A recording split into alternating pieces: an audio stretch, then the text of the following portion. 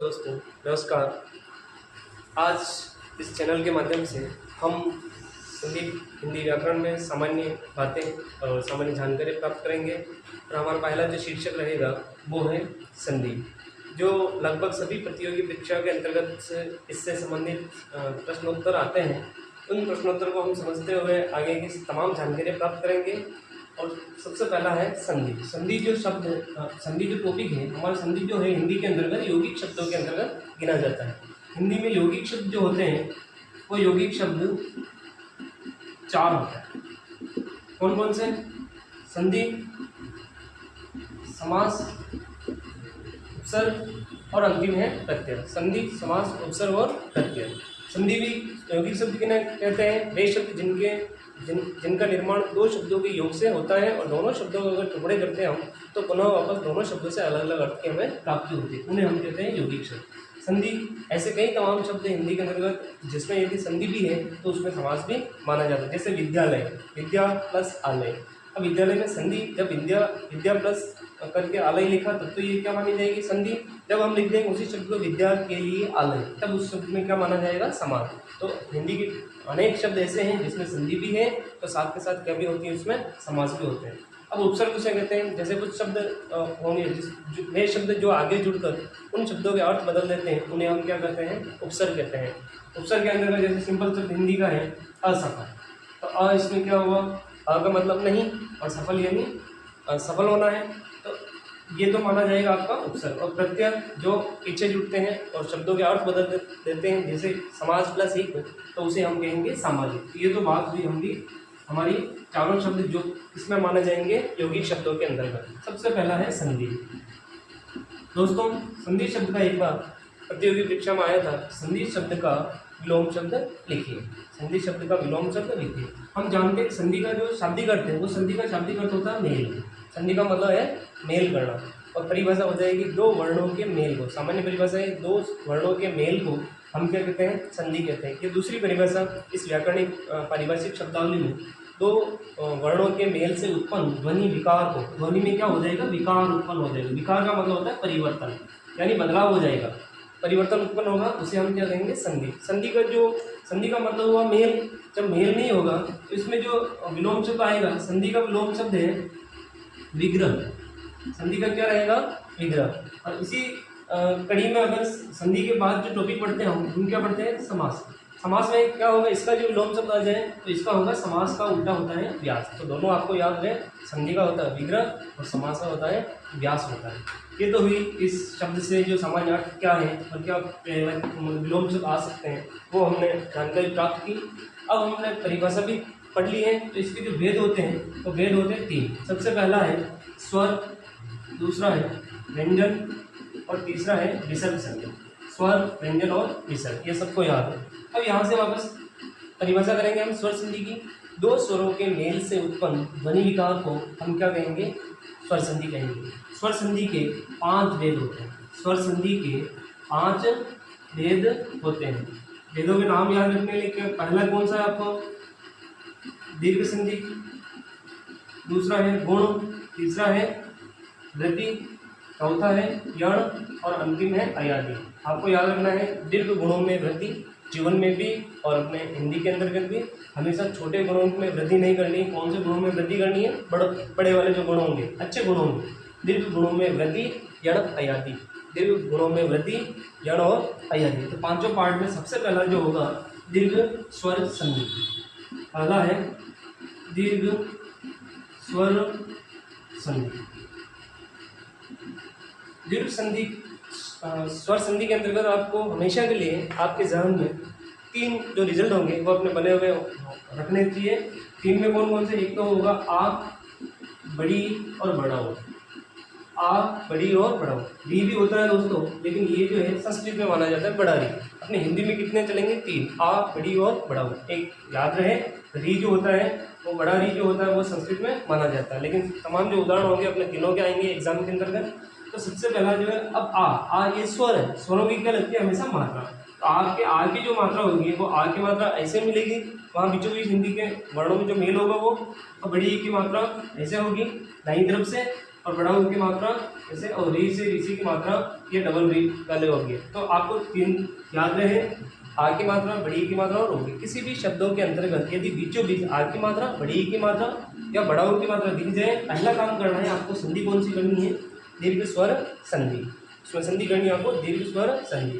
अब आपके एग्जाम के अंतर्गत क्या आता है, या तो आपको वो शब्द देगा, उन शब्दों में पहचान करने की स्वर संधि के अंतर्गत वापस दीर्घ है या गुण है या वृत्ति है या नहीं, वो 4 ऑप्शन बना देगा। उन चारों में से आपको समझ विकसित करके समझ करके आपको आंसर देना है कि स्वर के अंतर्गत वापस दीर्घ है, गुण है, वृत्ति है या नहीं, जो भी है। अब आपके वापस दूसरे किस तरीके से सवाल आएंगे, एक तो शब्द देंगे और पहचान करनी है, बाकी आपको क्या है टुकड़े देंगे और जोड़ना है। टुकड़े देकर जोड़ना वो भी आना चाहिए आपको, या कोई भी शब्द होगा तो उसके टुकड़े करने भी आना चाहिए। तो पहला काम तो आपको बीचों बीच जैसे सबसे पहले उदाहरण पढ़ेंगे हम दीर्घ स्वर संधि के। दीर्घ के अंतर्गत जैसे शब्द आ गया आपका विद्यालय। अब विद्यालय में आपकी निगाह जाएगी बीचों बीच मध्य के अंतर्गत आपको देखिए आ की मात्रा। पहला काम क्या करना है, आ की मात्रा आ गई, आ की मात्रा देख के आपका पहला दिमाग में आएगा आंसर क्या हो जाएगा, दीर्घ संधि। तो ये काम करने होते हैं संधि के अंतर्गत, या तो पहचान होनी चाहिए कौन सा नामकरण करना हमें और उसके टुकड़े करना। नामकरण हो गया, अभी आ की मात्रा दिखी, आ की मात्रा देखते नामकरण हो गया अपना दीर्घ संधि। अब रही बात टुकड़ों की, टुकड़े करने के लिए क्या करना, आपको जो बीचों बीच जो भी आ की मात्रा है वहाँ तक उच्चारण करके एक पल के लिए थोड़ा सा रुक करके वापस आगे बोलना है। अब पहला बोलना है, यहाँ आ की मात्रा आ रही है यहाँ पर, तो यहाँ अपना टुकड़ा हो जाएगा विद्या, विद्या आलय, विद्या आलय। अब आपको दोस्तों पता होना चाहिए हिंदी में संधि के अंतर्गत जो टुकड़े आते हैं वो टुकड़े हमेशा सार्थक होने चाहिए। अब हमें पता है कि वो आपको गुमराह करेगा, क्योंकि उसको तो 4 ऑप्शन बना लें, वो आपको पहला टुकड़ा देगा विद्या। तो आपको पता होना चाहिए विद्या कोई भी सार्थक शब्द हिंदी के अंतर्गत नहीं है। तो अपना जो पहला टुकड़ा है वो क्या है, विद्या। अब आगे आपको क्या दे देगा, अलय दे देगा। तो अलय का कोई भी अर्थ नहीं होता है। तो आपको पता होना चाहिए कि घर का जो टहवाची है वो नीलय है, आलय है, वो आलय शुद्ध शब्द माना जाएगा। अब यहाँ से देखिए, अब विद्या में जो है टुकड़े हो गए हमने विद्या प्लस आलय। तो विद्या में अंतिम संधि में क्या होता है, पहले जो टुकड़ा होता है पहले का अंतिम और लास्ट का फर्स्ट, पहले का अंतिम लास्ट का फर्स्ट। तो यहाँ और पहले वाले टुकड़े में हमेशा स्वर की मात्रा आती है, पहले वाले टुकड़े में स्वर और आगे हुबहू स्वर। अब इस स्वर लिखा हुआ होता है, उन दोनों का मेल होता है, मेल से जो नया स्वर बनेगा उसकी जो मात्रा होगी वो पहले के अंतिम पे आगत हो जाती है। जैसे यहाँ विद्या में क्या आ रहा है साउंड, आ, आगे हुबहू क्या लिखा हुआ है, आ और आ मिलकर हिंदी में क्या होता है, आ बन जाता है। और ये दोनों इस यहाँ से मात्रा हट गई, हुबहू स्वर हट गया और आ एक स्वर है, इसकी लगती है आ की मात्रा, ये मात्रा पहले के लास्ट पर लग जाएगी। ऑलरेडी यहाँ से पहले से क्या है विद्या आ की मात्रा है, तो हमें आ की मात्रा वापस लगाने की आवश्यकता नहीं है। ये अपना आगे का आ हट गया और लय वापस विद्या के आगे जुड़ जाएगा, शब्द निर्मित हो गया हमारा विद्यालय। अब ये जो आज अपना पहला जो रिजल्ट बना, बीचों बीच आपको आ की मात्रा मिलेगी। आ की मात्रा के लिए आपको एक सूत्र याद रखना है, कैसे बनता है, आ प्लस अ या आ और बराबर बनेगा आ। ये जो आ बनेगा वो 4 तरीके से बनेगा। अ के साथ में अ हो तो भी क्या बना, आ बनेगा। अ के साथ में आ है तो भी आ बनेगा, और ये तो हो गया पहले टुकड़े में। अब आ के साथ में अ है तो भी क्या बना, आ बनेगा। और आ के साथ में आ है, जैसे अभी हमने पढ़ा था विद्या प्लस आलय दोनों और क्या थे, आ थे, तो भी अपना क्या बनेगा, आ बनेगा। तो आ का जो फॉर्मूला है वो 4 प्रकार से बनेगा। आपको याद रखना, आ प्लस आ बराबर बनेगा आ बनेगा, किसी भी कंडीशन में। फिर से 12 बार क्वेश्चन आया है, जैसे आ गया आपके छात्रावास।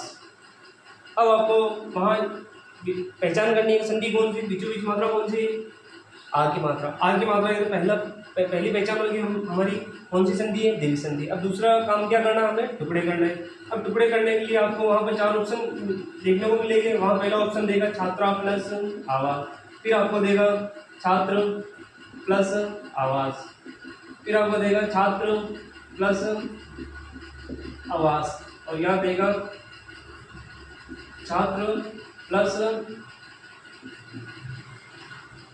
आवास। जो भी बनाएगा वो 4 दे देगा। तो आपको पता होना चाहिए, क्योंकि देखो आपके ध्यान में जो एक प्रथम दृष्टि जो गलत आता है वो आपको पहले दे देगा वो ऑप्शन में छात्रा प्लस आवास। तो आपको दोस्तों इसका छात्रा प्लस आवास नहीं करना है, क्योंकि देखो हिंदी और ये जो तमाम जो हमारा सत्य साहित्य जो लिखे गए हैं उस जमाने में क्या है, महिलाओं को पढ़ने का अधिकार नहीं था।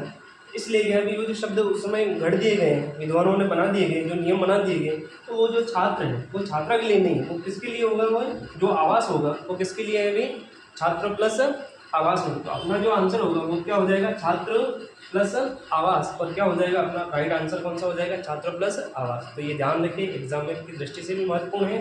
तो आपको करना है छात्र प्लस आवास, और आपको हो जाएगा छात्र प्लस आवास निर्मित हो जाएगा छात्रावास।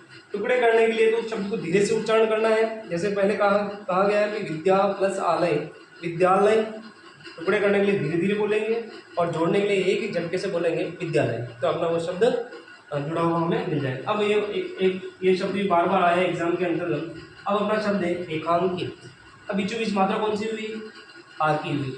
आर की हुई तो पहचान हो गया, हमारी संधि कौन सी हुई, दीर्घ। अब रही बात टुकड़े करने की, तो यहाँ पर रुकेंगे एक पल के लिए, रेखा अंकित, रेखा अंकित, रेखा अंकित। हमें पता है दोस्तों रेख नहीं होगा यहाँ पर, जो अंकित है तो अंकित किसके द्वारा किया गया है, अभी रेखा के द्वारा किया गया है। तो अपना टुकड़ा क्या हो जाएगा, रेखा। अब आपको अंकित देगा तो अंकित नहीं होता, हिंदी में जो शुद्ध शब्द होता है वो क्या होता है, रेखा प्लस अंकित, तो शब्द निर्मित हो गया रेखांकित। जैसे आ गया दूसरा, कई सारे उदाहरण भरे पड़े हैं, जैसे आ गया दीक्षार्थी। तो यहाँ पर वही पहचान बीचों बीच तमाम शब्दों में आपको आर की मात्रा मिलेगी, आर की मात्रा मिलती है अपना संधि हो जाएगा दिख।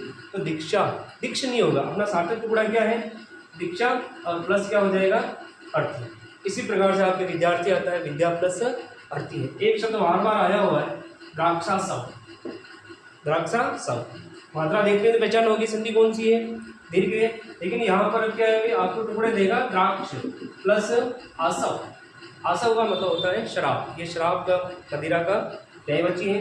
तो अब यहाँ पर द्राक्ष का हो गया, आपको टुकड़े में क्या करना है, द्राक्षा, क्योंकि दाख को संस्कृत में तत्सम में क्या कहते हैं, द्राक्षा कहते हैं, और तत्व शब्द है दाख। तो यहाँ पर अपना जो शुद्ध टुकड़ा होगा, राइट वाला जो टुकड़ा होगा वो द्राक्ष ना करके हमें क्या करना है, द्राक्षा, द्राक्षा प्लस आसव, और शब्द निर्मित हो जाएगा द्राक्षासव। ये तो उदाहरण हुए हमारे कौन से वाले मात्रा के, आ मात्रा है। और आपको याद रखना इधर अ भी आ सकता है, अ दोनों तरफ अ, दोनों तरफ आ, या या आ प्लस आ, कुल मिला के रिजल्ट बनेगा अपना आ।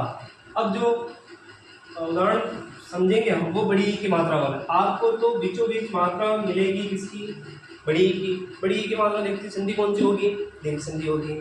जैसे उदाहरण आगे आपके परीक्षा के अंतर्गत रविंद्र, आपकी पहली पहचान वही जो हमने आगे मात्रा में जो समझा था, वो बड़ी ई की मात्रा दिखी, दाईं ओर से लगी हुई बड़ी ई की मात्रा दिखते पता हो गया हमें संधि कौन सी हुई, अपनी दीर्घ संधि हुई। अब देखिए रही बात टुकड़ों की, यहाँ पर टुकड़े करने के लिए नहीं थोड़ी मशक्कत करनी पड़ती है, वहाँ तो हमें वो साउंड आ जाती है, तो आ रहा है या आ रहा है। जैसे सिंपल शब्द आया है आपके परीक्षा में आ गया भोजनालय, शब्द कौन सा आ गया, जैसे भोजनालय। अब शब्द भोजनालय आ गया तो इसको क्या, जहाँ भी आ की मात्रा आएगी पहचान कर ली, दीर्घ संधि है। जहाँ पर आ की मात्रा है वहाँ पर एक क्षण के लिए रुकेंगे और बोलेंगे, हम वापस टुकड़े करने की कोशिश करेंगे, भोजन आलय, भोजन आलय। तो टुकड़े क्या हो गया हमारा, भोजन प्लस आलय। हमें पता है कि भोजना शब्द होते ही नहीं और आगे आलय शब्द होते ही नहीं, क्योंकि विद्यालय में पढ़ चुके हम। तो यहाँ पर टुकड़े सार्थक टुकड़े होंगे भोजन प्लस आलय। अब यहाँ तो वो लगभग तकरीबन वो शब्द उच्चारण आ जाता है कि आ रहा है या आ रहा है, लेकिन यहाँ वो हमें पता नहीं चलेगा, क्योंकि वो ई, छोटी ई का भी उच्चारण ई आता है और बड़ी ई का भी उच्चारण ई आता है। तो यहाँ पर टुकड़े तो सेम आए, मतलब वो साउंड सेम लगेगी। अब जैसे साउंड करेंगे यहाँ पर थोड़े से एक पल के लिए रुकेंगे, यहाँ पर रवि इंद्र, रवि इंद्र, हमें पता चल गया दोस्तों तो रवि आ रहा है और आगे आ रहा है इंद्र आ रहा है, लेकिन हमें पता नहीं चला कि वो छोटा ही है या बड़ा ही है, तो आपको पता होना चाहिए। अब यहाँ पर आपको कुछ हिंदी में जो शुद्ध शब्द है या कोई पर्यायवाची शब्द है वो आपको लेखन में शुद्ध आना चाहिए, तभी आपकी जो दीर्घ संधि के ई वाले अगर उदाहरण आ जाते हैं एग्जाम के अंतर्गत तो आपके 100% सही होने के वो सही होने के अच्छे रहेंगे वो। अब जैसे आ गया, अब यहाँ पर हमें पता है कि सूर्य का जो पर्यायवाची है वो रवि में मात्रा क्या आती है, रवि छोटी। अब इंद्र, किसी का इंद्र, जैसे इंद्र भगवान का नाम लिखना, तो इंद्र में ई कौन सा आएगा, छोटे आएगा। तो यहाँ पर अपने दोनों ओर क्या आएगा, छोटी छोटी मिलके भी क्या बन जाता है, बड़ी बन जाए। तो संधि होगी अपना रवि प्लस इंद्र टुकड़े और मिलकर के हो जाएगा रविंद्र। तो इसके लिए भी आ की भांति हमें भी फॉर्मूला याद रखना है, छोटी या बड़ी प्लस छोटी या बड़ी बराबर निर्मित हो जाएगा अपना बड़ी। ये भी 4 प्रकार से बनेगा। अभी हमने कहा था रवि और प्लस इंद्र, यानी छोटी छोटी मिलके भी क्या बना, बड़ा ही बना, और बड़ी और छोटी तो भी क्या बनेगा, बड़ी ही बनेगा, और बड़ी प्लस छोटी तो भी बड़ी, और बड़ी दोनों और बड़ी बड़ी रहेगा तो भी क्या बनेगा, आपका हमेशा रिजल्ट कभी भी चेंज नहीं होगा, टुकड़ों में छोटा बड़ा आ सकता है। अब ये तो बात हुई इसकी फॉर्मूले की, क्या फॉर्मूला हमें याद रखना है, और ये शब्द बार बार आया हुआ है, जैसे आ गया आपके कपीश। अब कपीश के अंदर अगर हमें पता है भी कपीश जो है, अब टुकड़े करेंगे तो आप मात्रा देखते तो पता चल गया दीर्घ संधि है। अब यही रुकना है, कपी ईश, कपी ईश, कपी प्लस ईश है। अब हमें पता नहीं कपी कौन सा लिखना है, तो आपको पता होना चाहिए दोस्तों। तो कपी जो बंदर का पर्यायवाची है वो ई, कपी में जो ई की मात्रा लगती है प में, वो कौन सी ई होती है, छोटी होती है। अब आगे आपको क्या करना है, ईश लिखना है। ईश्वर का जो ईश लिखते हैं, ईश वंदना में जो हम ईश लिखते हैं वो ई का आएगा, बड़ा आएगा। तो छोटा ई और बड़ा ई ये दोनों मिले तो भी अपना रिजल्ट क्या बनेगा, बड़ा ही बनेगा। अब आपको क्या आएगी, पहले बता चुका हूँ मैं, तो पहले टुकड़े में तो स्वरों की मात्रा होती है, और आगे टुकड़ों में हुबहू स्वर लिखा होता है। वो मात्रा और हुबहू स्वर मिलकर के जो नया स्वर का विकार उत्पन्न करता है वो, और वो स्वर जो बनता है उसकी हमेशा क्या लगती है, संधि शब्दों में मात्रा लगती है। अब यहाँ पर अपने बड़ी ही बनाए, बड़ी की जो मात्रा होगी वो पहले के अंतिम वाले पर लगती है। यहाँ टुकड़ों में भले ही क्या था, छोटा ई था, लेकिन वो संधि होने पर कौन सी मात्रा हो गई, यहाँ पर है बड़ी की मात्रा होगी, और ये अपना हुबहू स्वर हट जाता है, और बचा शेष जो बचा हुआ ये श है आपस पी के आगे जुड़ गया, तो शब्द निर्मित हो गया अपना कपीश। अभी इसके बाद में आपके और उदाहरण आते हैं, महिष, और आता है आपके खनीश, और आया है बार बार मणिंद्र। तो ये तीन याद रखने आपको, महिष है, खनीश है और मणिंद्र है। अब आपको मही करना है। अब मही साउंड तो आ रहा है भाई, ई आ रहा है, लेकिन हमें पता नहीं है।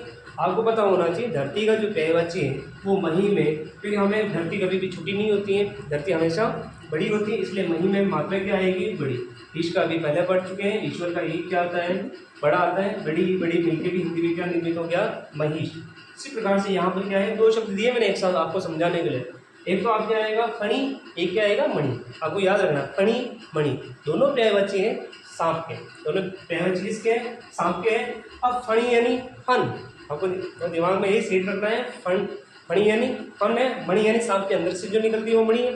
तो मणि जो निकलेगी वो होगी छोटी, और जो सांप अगर आपने विष्णु भगवान ने देखा होगा, वो जो फन के नीचे सोए हुए हैं शेषनाग के नीचे, तो उसका जो फन है वो फन क्या होता है, विशाल बड़ा होता है, इसलिए फणी हमेशा क्या रहेगा, बड़ा रहेगा। और मणि सांप के अंदर से निकलती है तो वो क्या होती है, छोटी होती है। तो यहाँ पर हमेशा आपको याद रहे, फणी में ई की मात्रा बड़ी आएगी और मणि में ई की मात्रा क्या आएगी, छोटी आएगी। वापस वही हमें ईश का क्या करना है, बड़ा ही करना है, और इंद्र का ई क्या रहेगा, छोटे रहेगा। ये जो दोनों पर्यायवाची है फणीश और मणिंद्र, ये शेष नाग के पर्यायवाची, यानी फणी और नाग का स्वामी। ईश का मतलब भी स्वामी और इंद्र का मतलब भी स्वामी, तो मणिंद्र और फणीश और याद है आपको। अगला है बड़ाऊ। आपको बीचों बीच मात्रा मिलेगी, बड़ाऊ की मात्रा मिलेगी। बड़ाऊ की मात्रा देखते ही हमें पता चल जाएगा कि संधि कौन सी हमारी दीर्घ संधि है। अब ये इसमें भी आपको वही चार बनाने हैं, छोटा ऊ बड़ाऊ प्लस छोटा ऊ बड़ाऊ बराबर जो बनेगा आपका बड़ाऊ। छोटा ऊ मिलके भी बड़ाऊ, बड़ाऊ छोटा ऊ होगा तो भी बड़ाऊ, बड़ाऊ के बाद में अगर छोटा ऊ है तो भी बड़ाऊ, और बड़ाऊ के बाद में बड़ाऊ है तो भी आपका क्या रहेगा, बड़ाऊ। कुल मिला के अपना रिजल्ट कभी भी चेंज नहीं होगा, और आपकी पहचान है। और बड़ाऊ की जो मात्रा होती है वो ऐसी होती है। ये मात्रा अगर बीचों बीच दिख जाए तो पहला काम क्या करना, हमारी संधि कौन सी होगी, हमारी दीर्घ संधि। अब रही बात टुकड़े करने की, तो जैसे वो कठिनाई हमें बड़ी ई की मात्रा वाले में है, तो वहाँ पर साउंड नहीं आती कि हमारी छोटी ई की है या बड़ी है। तो वहाँ पर भी अपने लेखन में जो शब्द हैं, कहाँ पर उन शब्दों में छोटी ई की मात्रा का प्रयोग होता है, कहाँ पर बड़ी ई की मात्रा होता है, वैसे वैसे हमें सावधानी रखनी है। बड़ाऊ की मात्रा में देखते हैं आगे, लेकिन उदाहरण के माध्यम से, तो कहाँ पर हम गलती कर सकते हैं और कहाँ पर हमें सावधान रहना है। जैसे आ गया आपके परीक्षा के अंतर्गत बोर्ड। दोस्तों क्या आ गया, बोर्ड। आपको निगाह दी मात्रा कौन सी है, बड़ाऊ की देखते पहला काम कौन सा कर दिया हमें, दीर्घ संधि। ये तो हो गई पहचान की। पहचान करने में आपको हमेशा कठिनाई नहीं आएगी। रही बात टुकड़े करने की, टुकड़े करने में बार बार जितना आप अभ्यास करोगे उससे आपके अभ्यास में निरंतर निखार आता जाएगा और आपके परीक्षा में गलती होने की कोई भी चांस नहीं रहेगी। अब यहाँ पर हमें जहाँ पर वो मात्रा है वहीं पर एक पल के लिए रुकना है और फिर हम वापस उच्चारण करके बोलना। अब यहाँ पर मात्रा लगी हुई भू पे, तो यहाँ पर एक पल के लिए ब्रेक लेंगे, भू भूर्ध भू ऊर्ध्व। तो यहाँ में टुकड़े हो गए कि भू प्लस ऊर्ध्व, अब आपने साउंड में दिया है ऊ है, हमें पता नहीं था कि छोटा ऊ है बड़ा ऊ, लेकिन हमें पता होना चाहिए भू जो पर्यायवाची है हिंदी में भूमि का पर्यायवाची है और भूमि कभी भी छोटी नहीं होती, इसलिए भू का जो ऊ की मात्रा आएगी वो हमेशा क्या रहेगी, बड़ी रहेगी। और उर्दू का जो ऊ आता है वो हमेशा क्या होता है, बड़ा होता है। कुछ शब्द ऐसे हैं जिसमें बड़ा ऊ की मात्रा होती है, वो आपको याद रहे। एक तो आ जाएगा आपके ऊर्जा, एक आ जाएगा आपके उष्मा, एक आ जाएगा आपके अभी वो जो लिखा है ऊर्ध्व। तो ये जो तीन है वो याद है, ऊर्जा, उष्मा और ऊर्ध्व। और बाकी क्या होगा, ऊषा में क्या होगा, छोटा ऊ रहेगा, उदय का ऊ क्या आता है, छोटा ऊ रहेगा। तो ये तो हमें प्रचलन में है लेखन में, लेकिन इनका ध्यान रहे कि ऊर्जा, उष्मा और ऊर्ध्व जो होगा इसके लेखन में बड़ा आता है। जैसे परीक्षा के अंतर्गत आ गया आपके चमूर्जा, शब्द क्या है दोस्तों, चमूर्जा। बीचों बीच मात्रा देखी बड़ा ऊ की, पता चल गया दीर्घ संधि है, ऊ की मात्रा देखते हैं। अब यहाँ पर रही बात टुकड़े करने की, थोड़े पल के लिए रुकेंगे, एक पल के लिए, चमू ऊर्जा, चमू ऊर्जा। तो हमारा साउंड क्या है, चमू, लेकिन हमें पता नहीं वो छोटा ऊ रखना है बड़ा। चमू जो पर्यायवाची है हिंदी के अंदर वो सेना का पर्यायवाची है। किसका पर्यायवाची है ये, सेना का। सेना कभी भी किसी भी राजा की सेना छोटी नहीं होती, सेना हमेशा बड़ी होती है। तो उसमें भी मात्रा लेखन क्या करेंगे हम, ऊ की मात्रा बड़ा वाला लेखन करेंगे। अब ऊर्जा भी बताया दोस्तों, ऊर्जा का ऊ क्या रहेगा, बड़ा। तो आपका चमू प्लस इधर भी बड़ा इधर भी बड़ा वाला, ये वाला सही हो गया और अपना शब्द निर्मित हो गया चमूर्जा। इसी प्रकार से दो तीन शब्द है, तो इधर जो फर्स्ट वाला में तो किसके बड़ी आती, या तो एक आएगा आपके भू के, या आएगा आपके चमू के, या आएगा आपके वधु। ये तीन उदाहरण बार बार एग्जाम के अंदर आते हैं, भू, चमू और वधु। भू, चमू और वधु, पहले टुकड़े में हमेशा इन शब्दों के लेखन में मात्रा बड़ा ऊ का प्रयोग किया जाता है। या जैसे आ गया वधुत्सव, शब्द क्या आ गया दोस्तों, वधुत्सव। पहचान वही होगी हमारी, बड़ा ऊ की मात्रा देखी, बड़ा ऊ की मात्रा देखते ही पता चला संधि कौन सी है, देख यहीं रुकना है एक पल के लिए। वधु उत्सव, वधु उत्सव। हमें पता है कि जब शादी समारोह पत्रिका आती है उसमें लिखा होता है वर वधु, वर वधु। अब वधु जो है, वधु का मतलब होता है बहू, वधु का मतलब क्या है भाई, बहू है। तो वधु हमेशा क्या होती है, बड़ी होती है। अब आगे क्या है, उत्सव का ऊ क्या रहता है, ये तो सामान्य शब्द है, उत्सव का ऊ क्या रहेगा, छोटे रहेगा। तो वधु प्लस उत्सव शब्द हो जाएगा हमारा वधुत्सव। एक शब्द बार बार आया है परीक्षा के अंतर्गत, एक शब्द ये कितनी बार आ चुका ना जाने, मंजूषा। कौन सा शब्द है, मंजूषा। अब यहाँ पर मात्रा देखते ही पता चल गया और हमें टुकड़े करने, मंजू उषा, मंजू उषा। मंजू का मतलब होता है सुंदर, और मंजू में उच्चारण करेंगे जैसे बोल रहा मंजू, इसका उच्चारण में ज़्यादा जोर नहीं आता, वो मात्रा क्या होगी, लघु ही रहेगी, तो मंजू। अब आगे क्या लिखा, उषा, उषा काल, सुबह से पहले, सवेरे जब सूर्योदय से पहले के 2 घड़ी पहले के समय को हिंदी में कहते हैं उषा काल। क्या कहते हैं, उषा काल। तो उषा का ऊ क्या रहेगा, छोटे रहेगा। दोनों छोटे छोटे मिलकर भी हिंदी में क्या निर्मित हो जाता है, बड़ा ऊ की, मंजू उषा, और शब्द हो गया मंजूषा। ये आपको याद रहे, दीर्घ संधि के अंतर्गत जो 4 किस प्रकार से ऊ बनती, 4 किस प्रकार से ई बनते हैं, और 4 किस प्रकार से आ बनते हैं। ये तो हमारे हिंदी में प्रचलन में तीनों है। एक ये भी याद रहे दोस्तों, बड़ा री, छोटा री। ध्यान रखना, छोटा री के अंतर्गत एक बार घुमाते हैं मात्रा के अंदर लेखन में, जबकि ये छोटा री है और बड़ा री करने के लिए 2 बार घुमाते हैं, ये 2 बार राउंड में देते हैं। अब इसमें कैसे आएंगे, 1 2, और क्योंकि ये संस्कृत में प्रचलन है तो यहाँ पर जो उदाहरण होंगे वो भी किसके होंगे, संस्कृत के होंगे। तो संस्कृत में होंगे तो जैसे ये संस्कृत के शब्द है मातृ, एक क्या होगा भाई, पितृ, और एक क्या हो गया भ्रातृ। इन शब्दों के साथ ही हम कुछ जोड़ देंगे, जैसे आ गया मातृ प्लस, अब यहाँ वापस आगे जो होगा, क्योंकि दोनों और क्या आएगा, समान समान होगा, समान समान के योग से क्या बन जाएगा अपने, बड़ा बन जाएगा। तो मातृ प्लस यहाँ पर क्या हो जाएगा, ऋषि, मातृ प्लस ऋषि। अब यहाँ पर क्या है आपका री, और आगे भी क्या है री, री री मिलके क्या बन जाएगा हिंदी के अंतर्गत, बड़ा री बन जाएगा। तो आगे वाला री वो अपना स्वर क्या हो जाता है, हट जाता है, ये भी मात्रा हट जाती है, उसकी एवज में कौन सा आता है, बड़ा री की। तो हमारा शब्द बन जाएगा मातृषि। कौन सा बन गया हमारा, मातृ। आपको दोस्तों देखना है कि कोई भी शब्द हो हिंदी के अंतर्गत जो अगर इस संधि के उदाहरण री वाला पूछना है वो एग्जाम में, तो आपको क्या करना, तो 2 बार घुमा हुआ दिख जाए किसी भी शब्द के नीचे, हमेशा संधि कौन सी करनी है, दीर्घ वाली करनी है। और आपको देखो 2 दिख रहे हैं, 2 बार घुमा हुआ दिखेगा, ये मात्रा पहचान है किसकी है, ऋषि ऋषि। तो आपको क्या करना है, जिस शब्द में लगी हुई उसमें से वापस हूबहू लिख लो, लेकिन क्या है कि नीचे वाला मत लगो, यानी आपको ये लगा हुआ लिख लो। तो आपके जैसे अब इसका टुकड़े करना है, ये समझते जैसे इसका टुकड़ा, ये 2 बार लगा हुआ है, आपको टुकड़े करने के लिए क्या करना है, वापस ये लिखना है मात्र। अब 2 बार नहीं घुमाना, अब एक बार भी हट गया, पर ये मात्रा किसकी थी, एक बार ये घुमाते, ये मात्रा किसकी दोस्तों, ऋषि ऋषि की। तो आगे हम क्या लिखेंगे कि ये ऋषि ऋषि भूभू स्वर लिखना है और बच्चा वापस हो गया तो अपने टुकड़े हो गए मातृ प्लस ऋषि।